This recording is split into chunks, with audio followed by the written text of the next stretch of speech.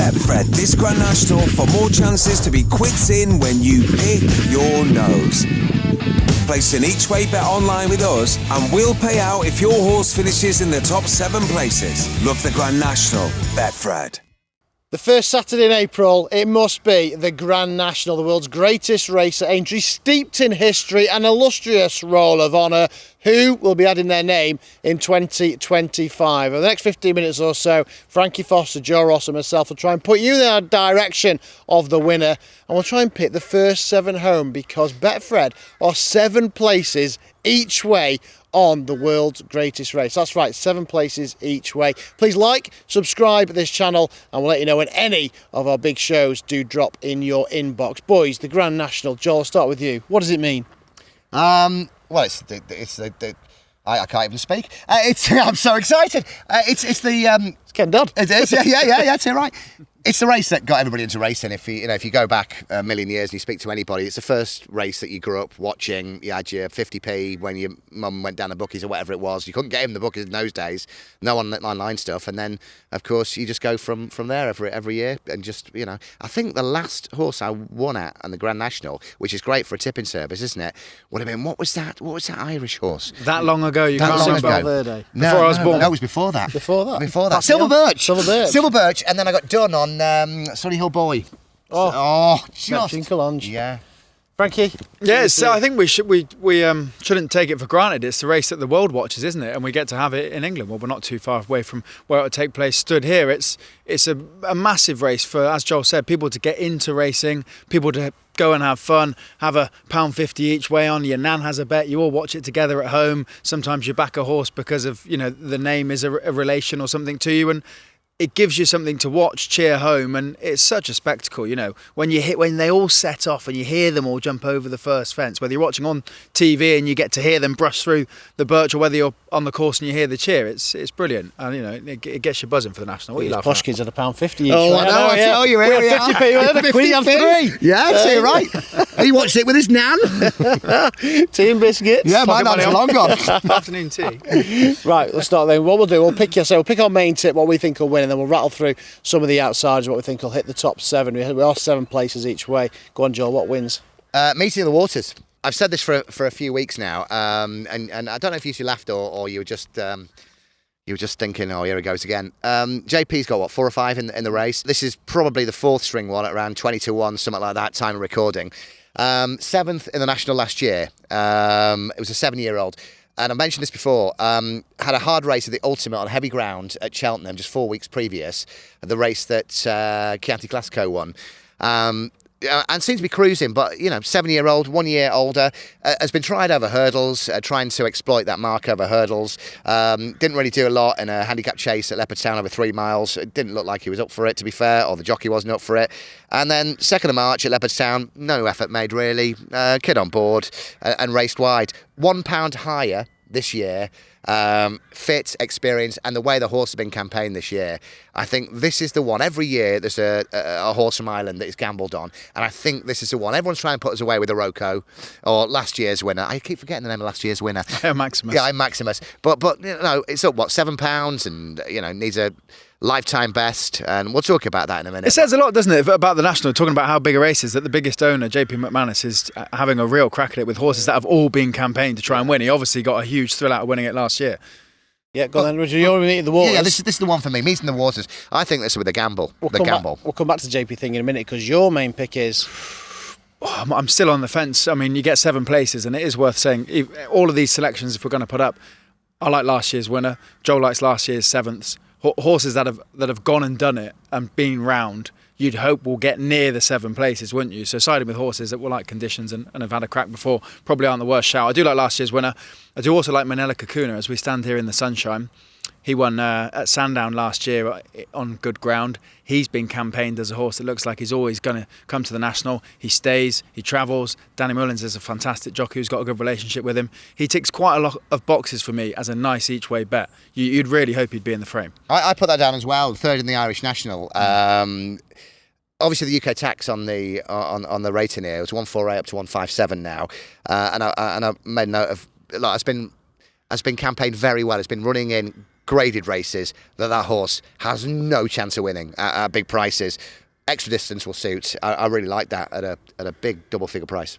Okay, I like Minella Cocooner as well. Like you say, fourth. I catch him fourth in the Bobby Joe, which is a cracking trial for this. Has won the old Whitbread at Sandown on quick ground as well, which is it's glorious in the northwest this week. So we expect decent ground for the Grand National, decent safe ground it will be at Aintree. So I like Minella Cocooner, but for the sake of my next piece, and you didn't read the script, make a good case for last year's winner, please. I do like last year's winner. Hopefully he sticks to the script. It's obviously been the plan, hasn't it? It's just he won easily last year, and as we all spend far too much time probably trying to be smart and look through the national and find different angles and who's well handicapped and all the rest of it. I do all that, as everyone does every year, and then I just sat and watched last year's race back and thought, wow, he won easily. And what did he beat? He's gone up £7. Is that enough to stop him? Yeah. What he won a Grand National is what he did, John. Yeah, which is great. I mean, I'd have come second. What did he beat? Good horses. Grade 1 horses, arguably. Okay, older Grade 1 horses. Very but old. And that's the shape of the race nowadays. It is, isn't it? yeah. And look, the way the race turned out, he had a lovely trip round. All he has to do is jump and get round safe and then really turn the pressure on and basically sprinted home. The way he went up the straight, once they went past the elbow, he sprinted past horses and made it look very easy. And I just went through the race and thought, he's a very, very classy horse in a handicap. Yes, he's up £7, but he might just do it again. It really wouldn't surprise me. Well, I really do fancy Iroko, which means that JP McManus, 3 of our main selections are owned by him. I say he won the race last year, but Don't Push It in 2010 as well. But Iroko, he clearly campaigned for this race. Josh Guerrero and Ollie Greenall, who've both actually ridden around the course as amateurs in the Fox Hunters, so they'll know what it takes to jump around there. And he's frighteningly fit, John O'Neill say earlier on in the week on our very own Betfred YouTube channel. So campaign for the race last year at Aintree, he was second, being fourless by no other way of thinking, the Gold Cup winner, which on a strict line. On paper, I know it's not on paper, it's on turf. Basically puts him ahead of Galloping Deschamps on the Gold Cup form. Well, we know he's improved. I think he ticks so many boxes, and I think he'll be a real local winner as well, not trained too far away from Aintree. So, Meeting of the Waters. Yeah, 100%. I am Maximus, if I stick to the script. And Iroko. 3 JP McManus runners, different ones, and they are our main selections. But I tell you what, I cannot rule out, and he's in my 7 as well, Percival the Galois for JP McManus. Yeah, he won really well, albeit over hurdles at the DRF, but they exploited that mark there. Shows that he has bundles of talent, whatever he's doing. And yet again, another, when you just look at the way that he's campaigned, how talented he's been in some of these big races over fences, it wouldn't be a surprise, would it? It really wouldn't. And I think he won that hurdle race, so where Meeting of the Waters went off 2-1 favourite, where Rachel was on. And so JP won asked, to be honest, because he got the winner in the first place. Right, let's look. They're our main picks then. Obviously, I know we all like Minella Cocooner as well. Yeah. Give us a couple more at prices, and then we'll wrap up with our whole 7. So give us a couple more, Joel. One I think we both really, really like. Cost 800 quid. 800 quid, I tell you. The Shark is back with Hewick, and he was talking on the radio about his owners have been on at 66 to 1, 80 to 1, 800 quid. Has been to Auteuil, that really valuable race in Auteuil where I finished second. The prize money is ridiculous. I thought it ran really well there as well, and I think I mentioned about a couple of horses as well. Those French fixed hurdles are very similar to what you would get now in the modern day Grand National. And, you know, if it hadn't been for Hewick, Brave Man's Game would have won the King George. But, you know, Gavin's back on board. I think that was the first call, wasn't it? Because there was a bit of who's going to ride him at in the King George. But Gorgeous Gavin is back on. He won't give it a Sunday ride. He will give it a proper man's ride. And, but I don't know if it's a little bit too skinny for me now. I think it was going to single figures this morning. Be a great story. He's a King George winner on ground that he absolutely adores. I know, yeah, you really couldn't put anyone off backing him, could you? And 800 quid. If you're in it for the story, you know, Hewick has had his comeback, but so is Shark, really, hasn't he? There's so much to it, and if an £800 horse won the National, that's the kind of story that will probably be told for a very, very long time, isn't it? Is he on your list? Yeah, he is. He makes my list. Yeah, again, it's conditions. You know, the sun shining, the good ground. If you look at his form exclusively on the surface that he likes racing on, he's a very, very good horse. And they wanted to do it last year, didn't they? But he got allotted too much weight, and he's been given a chance. Right, give us another one off your list. Do you want a bigger price, or yeah. you want to go further Double down the figures. field? Let's go 3 under through 5. Nichols is having a real crack at it. He's got 5 in the race. Would certainly shake up the Trainers' Championship for all that Scouten looks home and host. If he won the National, he might actually get him a touch nervous on the Trainers' Championship in Britain. We still haven't figured that out. Imagine that. If Skelton wins it, there's the story. Yeah, there is a story. Harry Skelton puts Nichols back into the frame. You'd take a pull on the elbow, wouldn't you? 10% of 3/4 of a mil, That's great. Yeah, you give it a crack on the elbow. Yeah, I think he's got a good chance. I like the way that he come a nose second to Victorino, who's a very smart horse at Ascot. Again, will like conditions. Quite a nice jumper, travels fair enough. Does have to carry a bit of weight, but again, we keep saying it. Classy horses on conditions they like. I can see him in the frame. Okay, give us another one off your list. Right, I mentioned this before. Now I'm a little bit embarrassed to put it up in my top 7, but Brave Man's Game. Sorry, we're losing you. We're losing you. Around 50-1. Brave Man's Game, the horse that hasn't won for 3 years. Cut this bit out, yeah. Shut up. 170 rated, down to 155 in 6 starts. This might be the best bit of training ever. This is Langadan-esque, this. James Reevely is booked. James Reevely's booked, and if you go back to Hewick as well, running at Auteuil every week, James Reevely's, riding 20 races there. And I just think he'll just have him out the back, he'll hunt him up, and and he's not riding him with any pressure at all.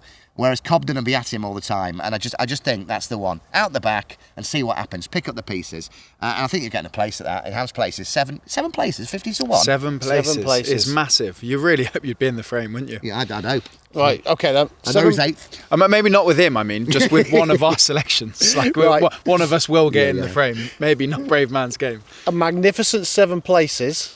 So can I have your magnificent 7 Grand National picks, please, Frankie Foster? Off the top of my head, I can barely count to 7. At the top of the market, Minella Cocooner, or the top of my market, I'll say Minella Cocooner. As we've mentioned, loves a good ground and he's been campaigned brilliantly. Second, I will go for Maximus, last year's winner. I think he's in with a massive chance. He sprinted home last year, might just do the same again. Third, one that's obviously well handicapped on the form book, Stumptown, who won at Cheltenham, just keeps winning. I think he's won 4 on the trot. And is obviously well handicapped. Gavin Cromwell can't do a whole lot wrong either, can he, this year? He can. Sell me a horse that's a dud. More on that later. That's 3. 4, where are we going from here? 4 will go to Hewick, as we've mentioned. We're all a fan of Hewick. That's my 4th. 5th, I've already spoke about 3 through 5. Harry Skelton's going to do his brother out of the Trainers' Championship if that wins. I love that. 6, Iroko can't be ignored. It just, as you've said, the form book speaks volumes. And then my 7th selection is going to be Nicky Henderson's first Grand National winner, Highland. Another story. Right, okay. Everyone has a story, and that what would price be tiers? Magnificent. What price tiers? Yeah, 1 to 100. He is actually, maybe not classy enough to win, but you just watch him race for a young horse. It's great to watch, isn't it? Just pops over his fences and travels beautifully. And when you look at a distance race like the National, that's what you need to do. Okay. Frankie's 7. Magnificent 7. Frankie's Magnificent 7. Where have we seen that before? Oh, hey, there you go. Right, Joel, give us your 7. I'll just go through him. Meeting of the Waters, Minella Cocooner, which you like, Hewick, 800 quid, Brave Man's Game, which you all took the mick out of. Vanillier, I can't believe you left Vanillier out. Was it second 2 years ago? Yep. Stayed on strongly. And Stumptown. Almost took the wrong course. Was the what was the one? Was it Vanillier? North? Yeah. So I think they're pretty well matched. So there's my 7. That was 6. Was it 6? Yeah, I think 1, 2, 3, 4, 5, 6. And I really like 3-card brag as well. I didn't say 3-card brag. I said 300 through 5. 300 through 5. I've got 6. 6 are the best. 6 are the best. Don't care about the other one. Only Frankie's 6 Magnificent 7. 6 are the best. And Matt's Tommy 5. High 5. I'm doing 7. I've read the script. Right, 7. Oh, no, I've got it here. Intense Raffles. The favourite. That's why I didn't put it up. Intense Raffles. Go on, make your case then, because we've not mentioned him. Well, I think it's the only graded horse in the race. Daryl Jacob, retired, but said this horse is one of the best he's ever seen. At a national, he's won a national as well. I just think it's so classy, so classy. I presume JJ will take the ride. So, yeah. Intense Raffles. It's so obvious on paper, isn't it? It's so obvious on paper, and you do your little mincy shaky head thing every time I mention it, and you're like, That's form of the Bobby Joe as well, Nick Rocket. He's not the only grey. Vanillier is a grey. Yeah. The only downside, shut up. The only greys now. The only downside is maybe the ground, soft or heavy. It's all the form is on. God, do you know what? This is why I don't do the flat with you two. I've had enough by now, and I've got Punchestown to go. Because I can find somewhere better. Right, my 7 then. Iroko, top of the list by a country mile. I think he's got absolutely huge chance of going. I think I can't see him out of the top 7 as long as he jumps and gets that little bit of luck.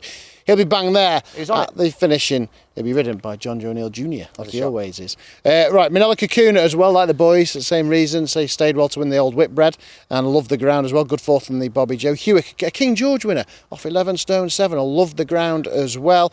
Monbeg Genius, I think, has got a bit of a squeaker sunny getting in the 7. Don't forget, he was targeted the National a couple of years ago. It never really worked out for him, but he's back to form with a win at Toxeter. Percival the Galois that I mentioned a little earlier, another one for JP. I'm really interested with jockey arrangements.